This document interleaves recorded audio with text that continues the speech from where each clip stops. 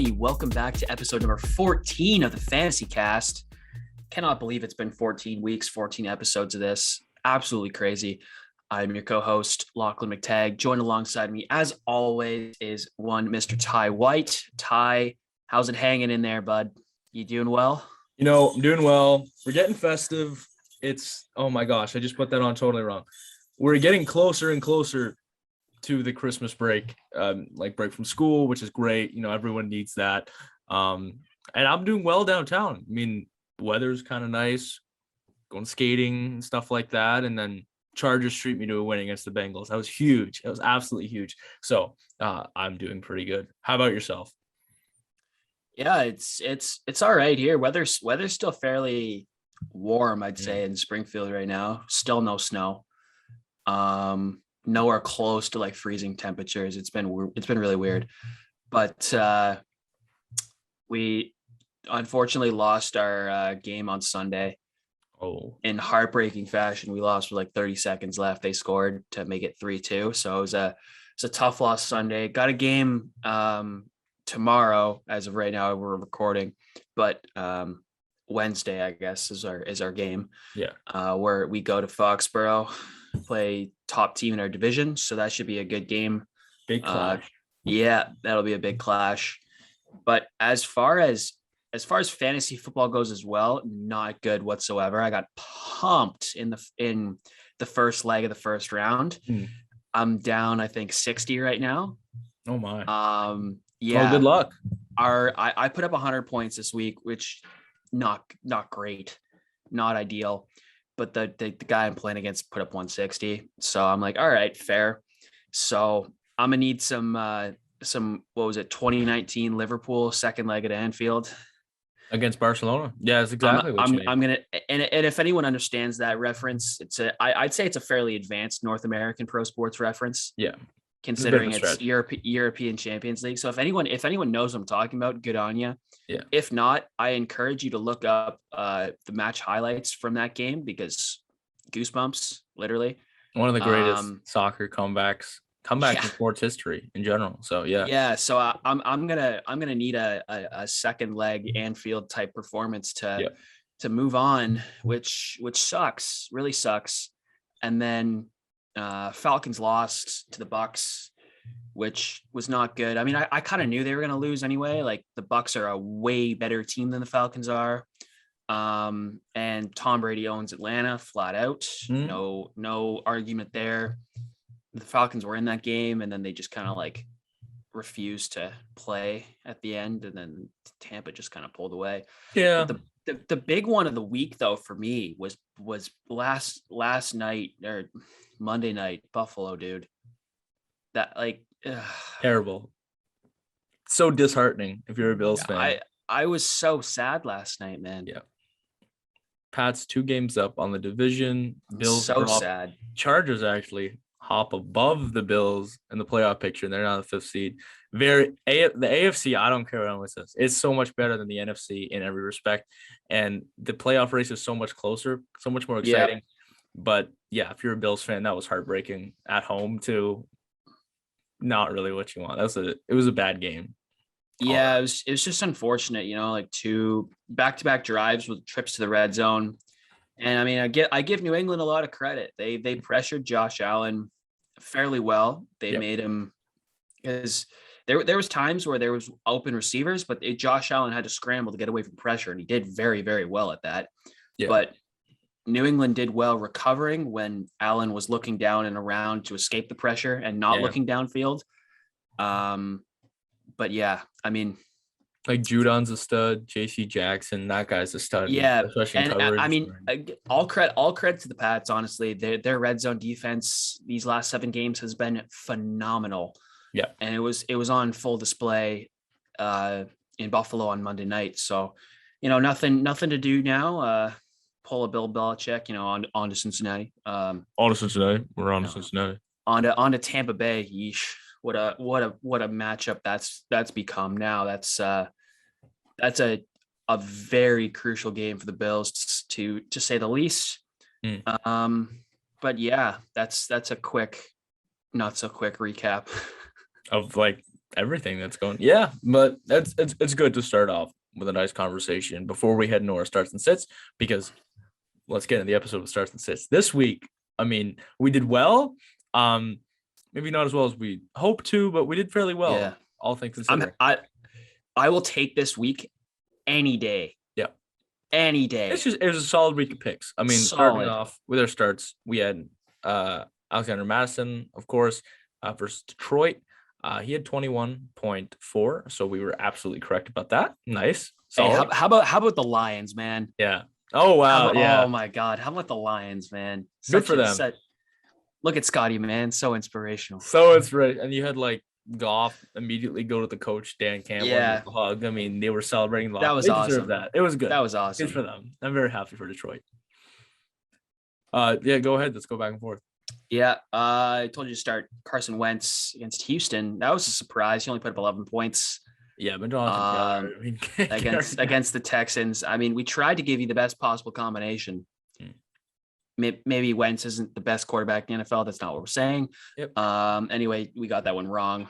Not a complete goose egg, but like, not our standards of a start. We'll still put up not the points. 15-point threshold we were hoping for him to break, but that's okay. Still put up 11. Rob Gronkowski versus Atlanta. Boy, were we right about this one. He had 2 touchdowns, 21.8 points.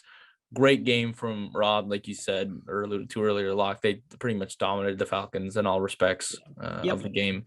Expected. Gronk was a big part of that. We told you to start Myles Gaskin, and unfortunately, I'm the bearer of bad news in this starts category because Myles Gaskin put up 6.9 points. Nice against the Giants. Very unfortunate. We were hoping for a little bit better from him. So we apologize if you started Myles Gaskin and are outraged. Yeah. Like, I mean, usually we get Myles Gaskin right. So this was one of those odd times that we didn't. Yeah. Jalen Waddle had a good game as usual. So yeah.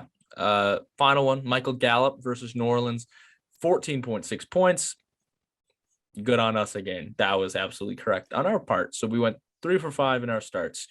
Let's go on. You know what, Locke? I'll start off because I don't want to say every wrong one that we got. Thank you. We said to start sit DK Metcalf versus San Francisco, and he put up 11 points, which is only one. So close. Yeah. I mean, we were very close to getting that one right. And he didn't so that was a big win for the Seahawks, of course, but he wasn't too involved in that game. I mean, it was Russ, and, they had some big plays defensively. You had Tyler Lockett who caught a touchdown towards the end of the game. So he wasn't too involved, but still we technically got that one wrong. We told you sit Jacoby Meyers versus the Buffalo Bills, and thank goodness you did, because he goose egged you. Why? Because Mac Jones threw 2 passes in that game? 2 passes. I mean, the NFL means fantastic job. If you started a New England running back, literally any New England running back. Yep.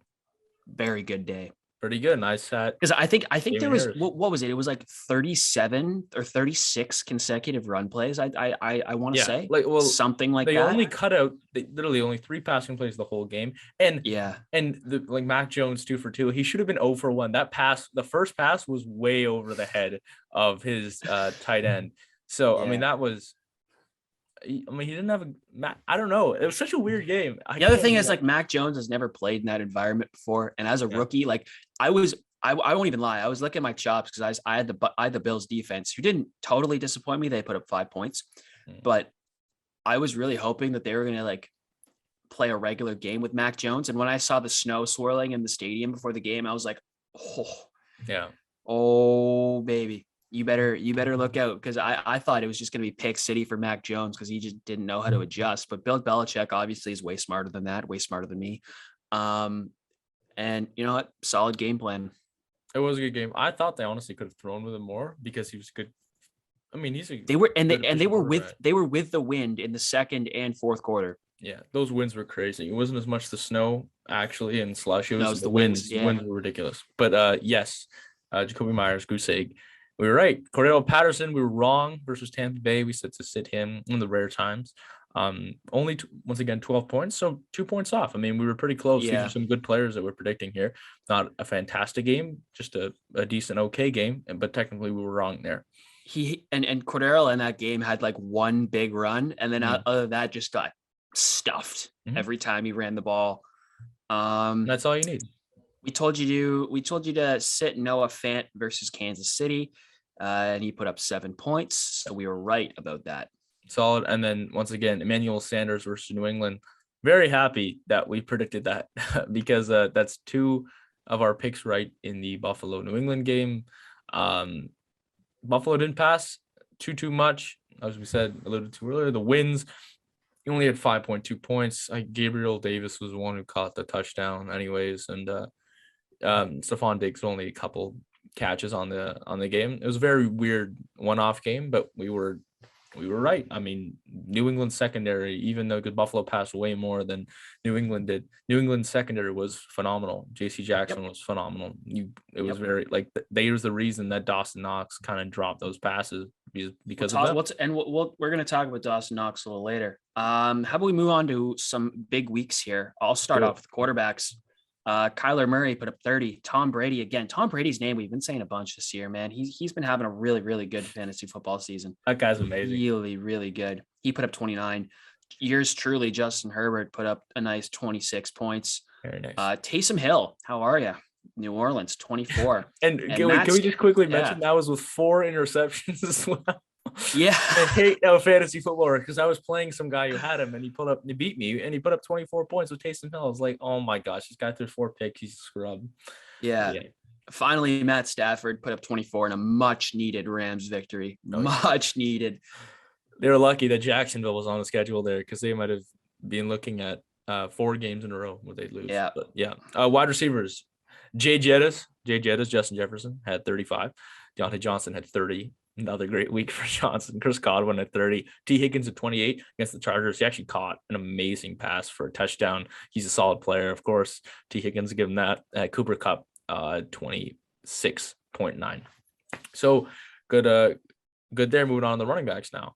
Yeah, Jamal Williams. Javonte Williams, actually. No, was it Javonte?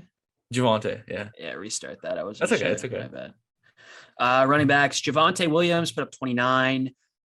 David Montgomery put up 28. Jonathan Taylor, once again on our list, put up 24. Yeah. So did Josh Jacobs. And Leonard Fournette put up a nice 22-point performance. So that rounds out the running backs for the week. Tight ends, George Kittle, 39. Almost put up 40. Wow, great game for him. Odie bomb.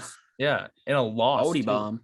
Yeah, I mean, a big part of that as well is Deebo Samuel being out. And who knows if he's going to be back this week as well. I have Deebo Samuel in my fantasy team, and that's part of the reason why I got just pieced up last week. Didn't have my top receiver.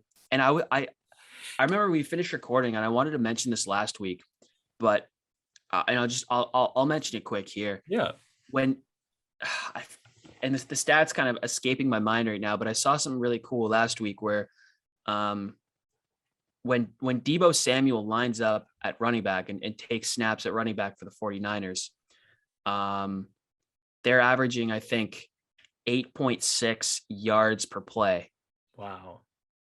And almost a first down every play. The total season leaders in yards per play are the Cowboys at like 6.3 yards per play. Yeah. So when Deebo Samuel has lined up at running back for the 49ers, they have been very, very impressive and very, very efficient offensively in making their offense way more multidimensional. So I just wanted to throw that out there. So Deebo Samuel, that was a big loss for the 49ers. And Kittle picked up a lot of that workload. So if Deebo Samuel can return, I think good things will start to happen again for the 49ers because they found quite a bit of success with him, using him in that multidimensional role. They did, and they have a bad history against the Seahawks anyway, so maybe that was just a one-off, but Kittle, almost 40 points. Amazing. Dallas Goedert at 28. Rob Gronkowski had 21, as we mentioned before. TJ Hawkinson at 14, and Logan Thomas at 13. Love that. Big game. Washington football team beat the Raiders, which I love to see that because, division rival Chargers needed that. And he caught like a one-handed pass for a touchdown. Great game from there. Moving on to our waiver wires now. I'll start off. Can I go D in special teams quick? Oh my goodness. Oh my goodness. I just completely skipped over that. Yeah, sorry. No worries. Yeah, sorry. No worries. We'll get to the waiver wire in a second, folks. Chargers defense and special teams versus Cincinnati, they put up a nice 20 points. Big week for them. Damn right. Indy versus Houston, they put up 18. Mm-hmm. And Dallas versus New Orleans, thanks to Taysom Hill's wonderful elite ball placement. Yeah.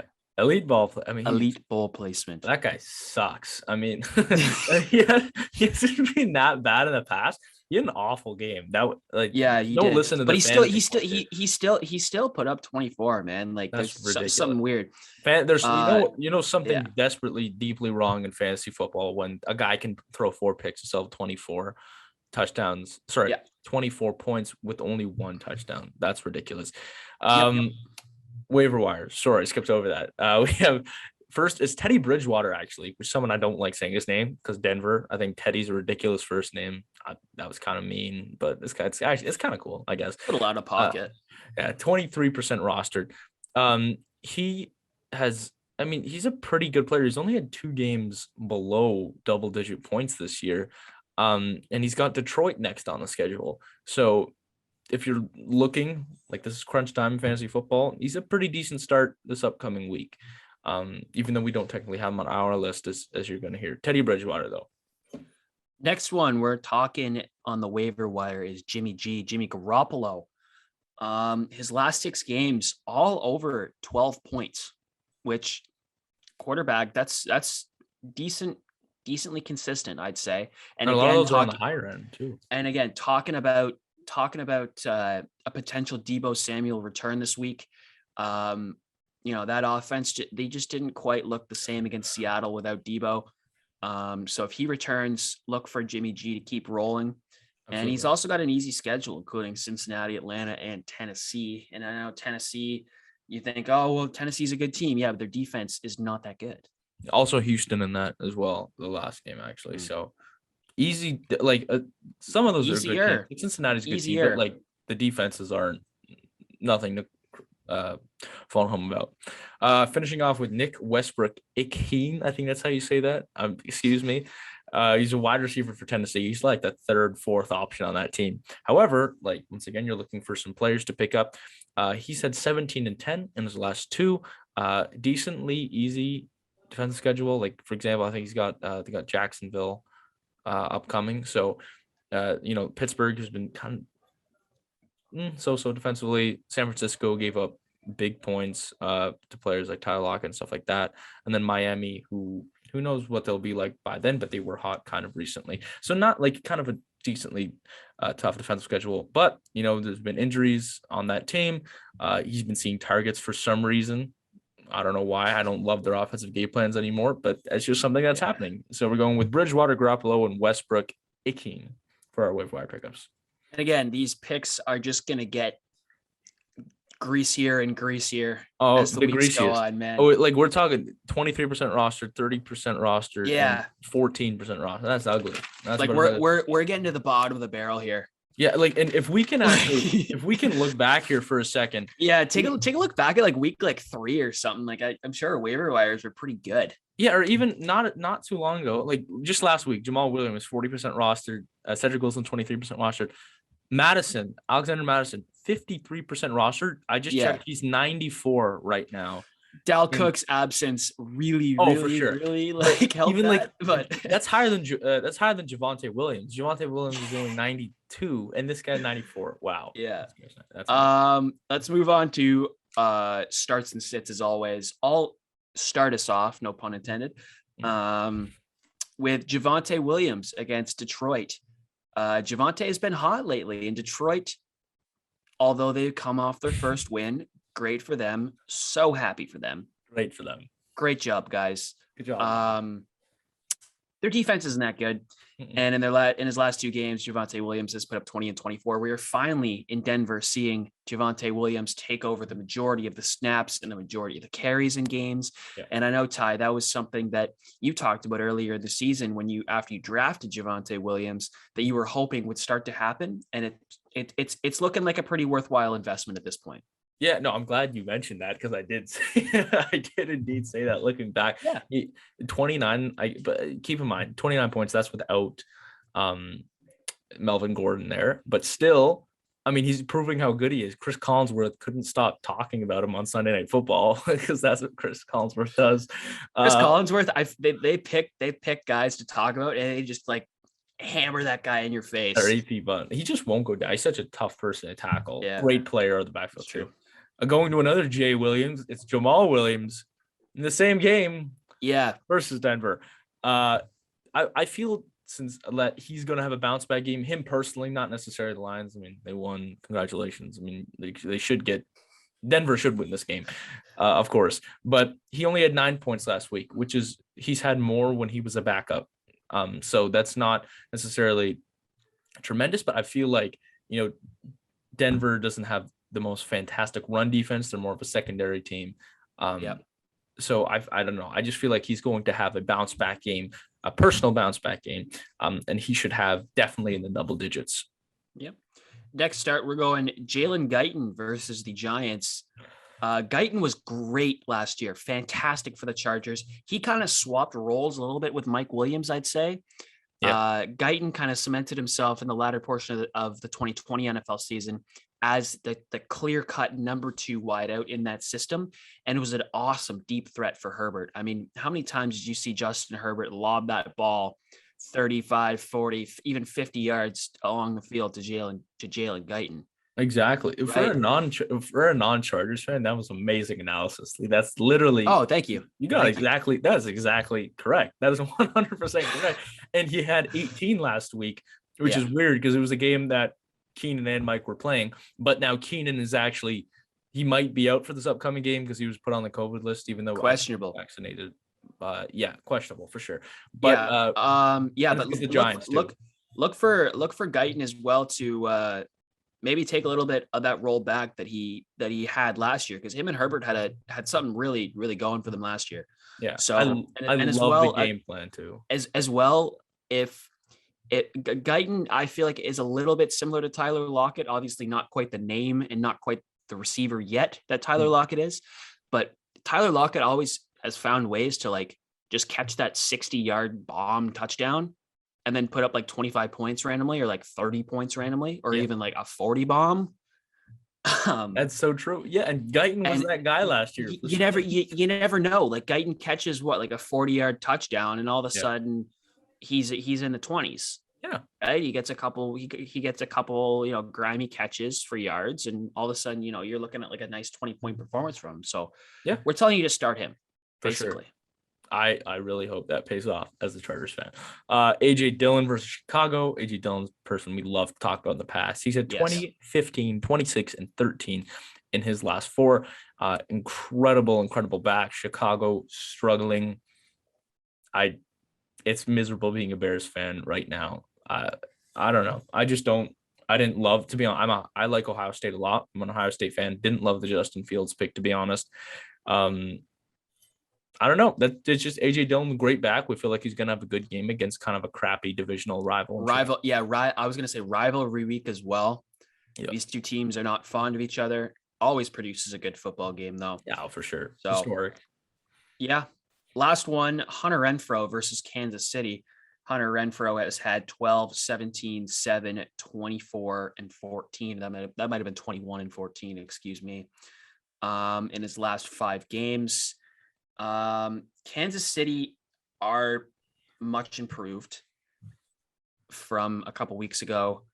But Hunter Renfrow he's proven himself to be kind of immune from certain defenses. Like it just seems we've had him on the sit list a couple times this season, and he's just completely went against what we predicted. Proved us wrong for sure. Honestly, I mean, at this point, might as well make it a bit interesting. We're going to tell you to start Hunter Renfrow because he's such a sneaky receiver as well. He can sneak in behind secondaries, and Derek Carr is playing well too. Excuse me. Yeah, no, for sure. In my opinion, I hate to say it though, he's probably one of the best slot receivers in the NFL right now. He's incredible. He's very good. The guy can move. Okay. Are you ready for these Doritos extra bold sits because this is Doritos roulette sits here, man. Holy smokes. My goodness, do we got some big ones. Starting off with Mike Evans. Oh no. Look, we could go 0 for 5 here. Or we honestly, like before we get into the full list, we could legitimately go 0 for 5 in this list. Pretty much. Like it's in the past, I feel like we've been fairly confident with our starts and sits. And this is the one week where I don't have a ton of confidence in the sits, but at the same time, that's what makes it entertaining, right? Like if we wanted to go 8 for 10 every week, we would have a lot more sure picks. Yeah, but we don't, and that's what makes it fun. We're not necessarily just spitting crap out at you, just saying, "Oh, sit this player." Oh, goody, we got it right randomly. No, we do have some reasoning behind why. Obviously, we break it down for your episode. Why we think you should sit these players, and we'll get into it because obviously we need a little bit of luck. We need these things to actually happen, but we do believe that there's a decent probability of them happening. Mike Evans versus Buffalo. First of all, Chris Godwin and Gronkowski, like we mentioned Gronkowski's name, and we mentioned Godwin's name before in the big weeks. They're hot, like you just said, heating up. Buffalo's defense. The defense is not the problem on Buffalo. They're pretty good. They can take Mike Evans out of a game plan. Their secondary, fantastic. I will say this, even without Trey White, that defense is still elite. They still have all the core pieces there. Their secondary is great. Their linebackers are phenomenal. And their D-line is only getting better and better every week with all their young guys, such as Ed Oliver. Like Ed Oliver is really coming into his own right now. Micah Hyde. I mean, they very, very good football team defensively without Tre'Davious White. We just think Buffalo's going to have a bounce back in terms of, I think, honestly, all around. I think people are, because they I mean, obviously, they lost New England, but Buffalo, I don't know. Cold weather team playing terribly in bad weather games, which is usually not what they're known for. They play good in good weather, and they're playing in Tampa Bay. That's about as good weather as it gets in the National Football League. I feel like they're going to do all right. And I feel like, I don't know, Mike Evans gets taken out of that game a little bit, which we've seen this year. We've seen him within the single points range. So I feel like this might be one of those games where that happens. That being said, Gronk and Godwin could very well have a good game. So honestly, on any game though, it's kind of a coin flip between Godwin and Evans, who gets the lion's share of the passes, because both of them are elite receivers. Yeah. Right. Like Godwin could be a number one on most teams. Absolutely. And Evans, just one of those things that we're guessing. Evans got the franchise tag in the offseason, didn't he? I think so. And he deserved it too. Yeah, very deserving. Yeah. But then you also look at Leonard Fournette is slowly making his way back into the mix. We're seeing the reemergence of playoff Lenny. That guy's so good. They're actually using him. No, they're actually using him more, which is another reason why we think Mike Evans might have a bit of a down week this week. Yeah. As crazy as that sounds. If you thought that was a big sit, wait till you hear this one. Yeah, next one. I cannot believe we are saying all of these, but Ja'Marr Chase. We want you to sit Ja'Marr Chase. God damn. Versus San Francisco. T. Higgins is heating up. Yeah. They got some receivers in that offense, and Joe Mixon as well has been lights out this season. Yeah. Some of that time also the ball against the Chargers, and they ran him back. Yeah. But no, like you said, T. Higgins, he was out targeted. T. Higgins out targeted Ja'Marr Chase last game, and Joe Burrow has a hurt finger. Not as bad as Russell Wilson's, obviously, but still that does affect the football game, and defenses have played him differently because he was a deep threat the whole year. And last game, it looked like he was going to have a touchdown, bobbles it, picked off by the Chargers. Defenses are not allowing him that deep route anymore, so he's had to adjust his game. Still a great player. Saying to sit him versus not allowing for that deep route is actually not terrible in fantasy football, because PPR leagues point per reception. No, for if sure. you catch the ball, that's just an easy point right there, and then tack on the yards as well. I also have a feeling that San Francisco is going to really have their way with that Bengals O-line. I feel like Joe Burrow is going to have a really, really tough day getting the ball off in time and finding receivers. Because again, Ja'Marr Chase is elite. He can get open in a phone booth. But if The they knock trying to, knock, who's there? Nick yeah, Bosa. yeah, yeah. But as well, like if they're trying to use T Higgins as a deep threat and they kind of take Jamar Chase out of there, then there's not a lot of time for Burrow to make a decision. And then again, who's coming? It's Nick Bosa. Yeah, that's simple enough. So once again, dangerous pick, maybe, but Jamar Chase sit. Next up is Dawson Knox versus Tampa Bay. Knox, especially last game, like we saw, he had problems with drops. There are at least 3 or 4 of those passes where he should have probably hauled them in and would have gotten a bunch more fantasy points, but he didn't. Tampa Bay is great defensively, especially on the interior. When you look at the type of routes that Dawson Knox is going to be running, those are interior routes most of the time against a linebacker. And who are their linebackers? Yep. White and David, obviously 2 of the greatest in the game, best tandem in the game by far. I think he's going to have a little bit of a tough time. That being said, Buffalo's offense is still good, but Dawson Knox sit versus Tampa Bay this week. Yeah, I feel like Dawson Knox has also done enough this season to kind of put a lot of teams on notice. Yeah. You obviously have your flashy outside receivers like Emmanuel Sanders and Stephon Diggs. Mix a little Cole Beasley in there as well. Mix a little up the gut runs with Zach Moss in there as well. And, your offense is looking fairly well-rounded and they worry about everyone else. And then Dawson Knox goes in and tears you up in the inside in the middle of the field. And I feel like teams are kind of seeing that and saying, okay, we can take Knox out of the game by taking away the middle. And Tampa Bay is going to be perfect at that. I mean, they did that to Travis Kelce, probably the best tight end in football, in the Super Bowl. So why can't they do it again? Exactly. Next sit. Oh God, another one. We are telling you to sit James Conner versus the Rams. Why? Because the Rams are playing better. They got that much needed win. It's a big divisional game. I believe that's Monday Night Football too, isn't it? I think so. I think it's Monday Night Football in the desert. Yes. Nope. You're right about that. They mentioned that last night. So that already that's going to be a great game. And between the Rams and the Cardinals. And you think about it too, James Conner's been hot lately. He has, very hot. But that's partial of the reason is because Kyler Murray's been out, so he's had to be great offensively. He's handled a fairly sizable workload over the past couple weeks.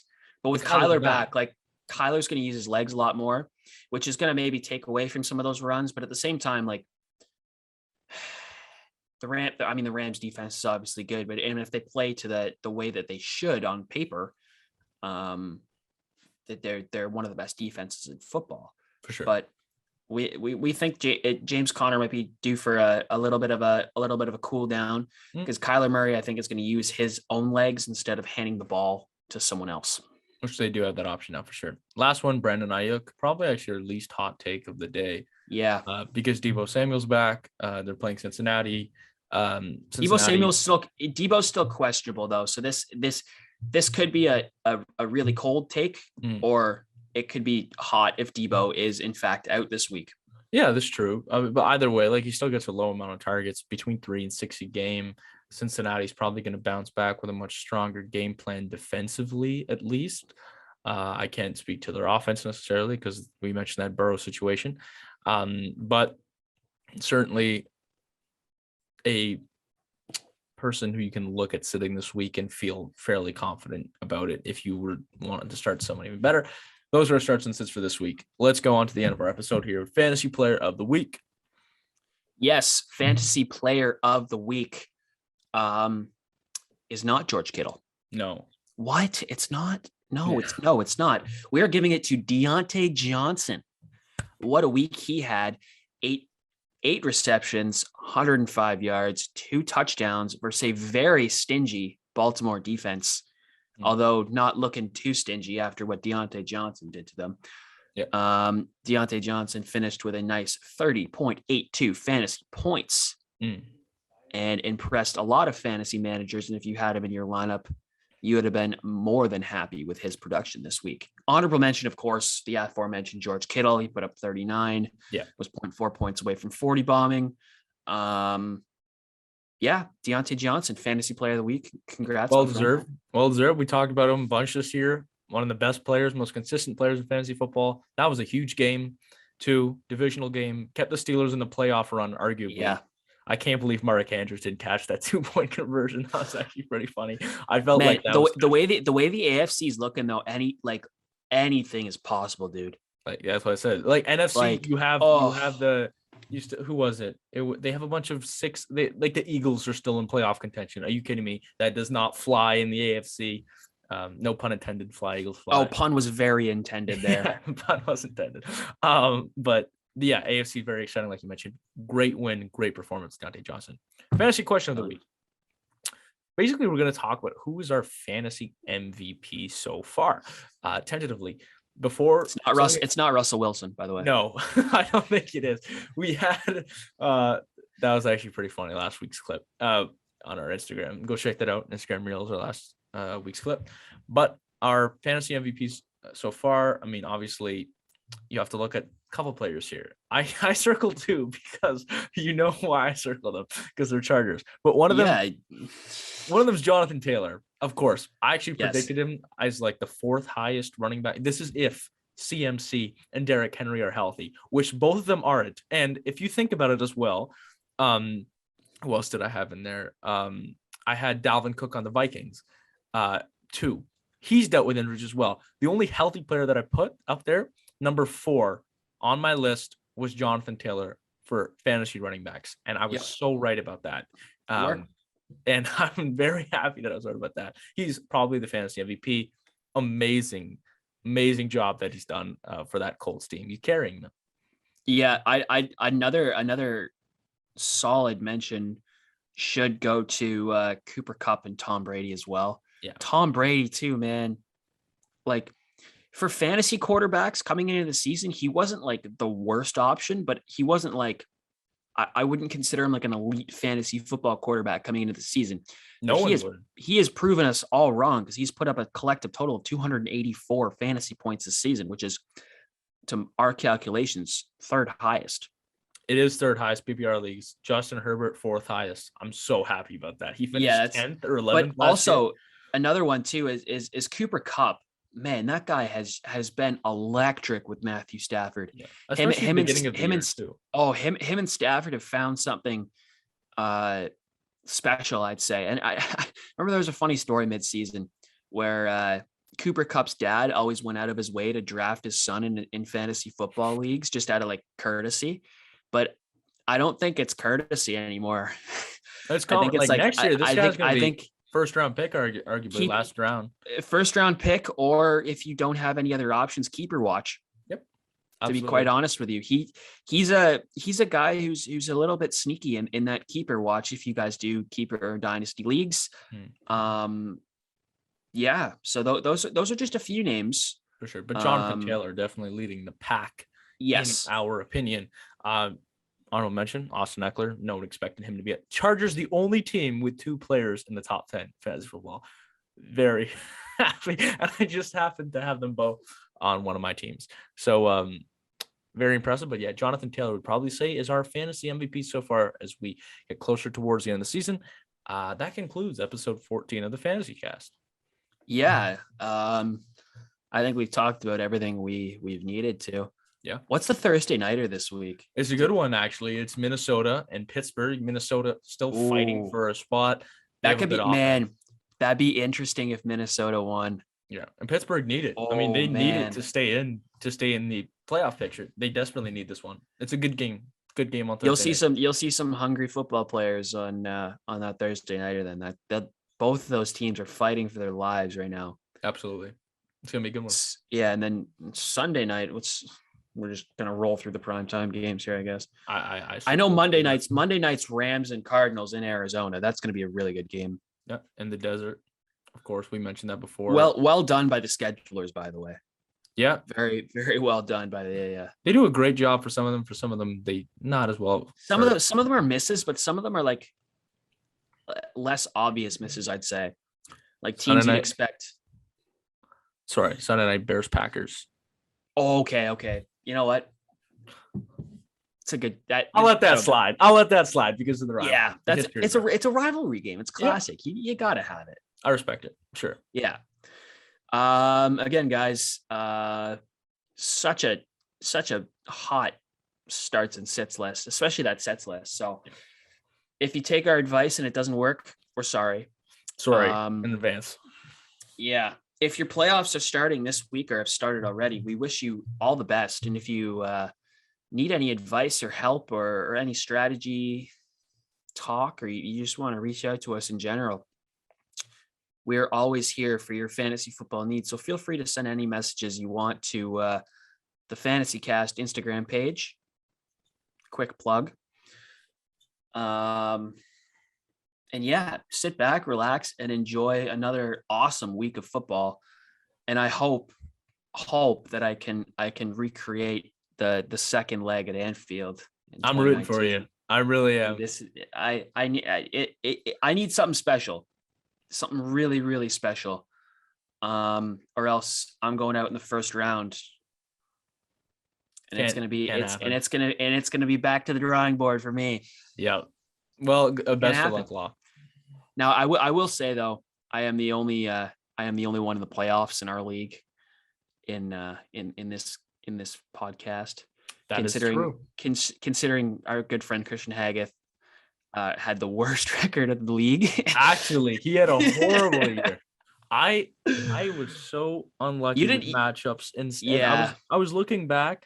And even in my other league, like I think I'm the 8th or 9th seed. I'm the 3rd highest in points scored. So yeah, I mean, all about those matchups. But yeah, good luck to everyone out there in playoffs, like Lachlan said. Best of luck.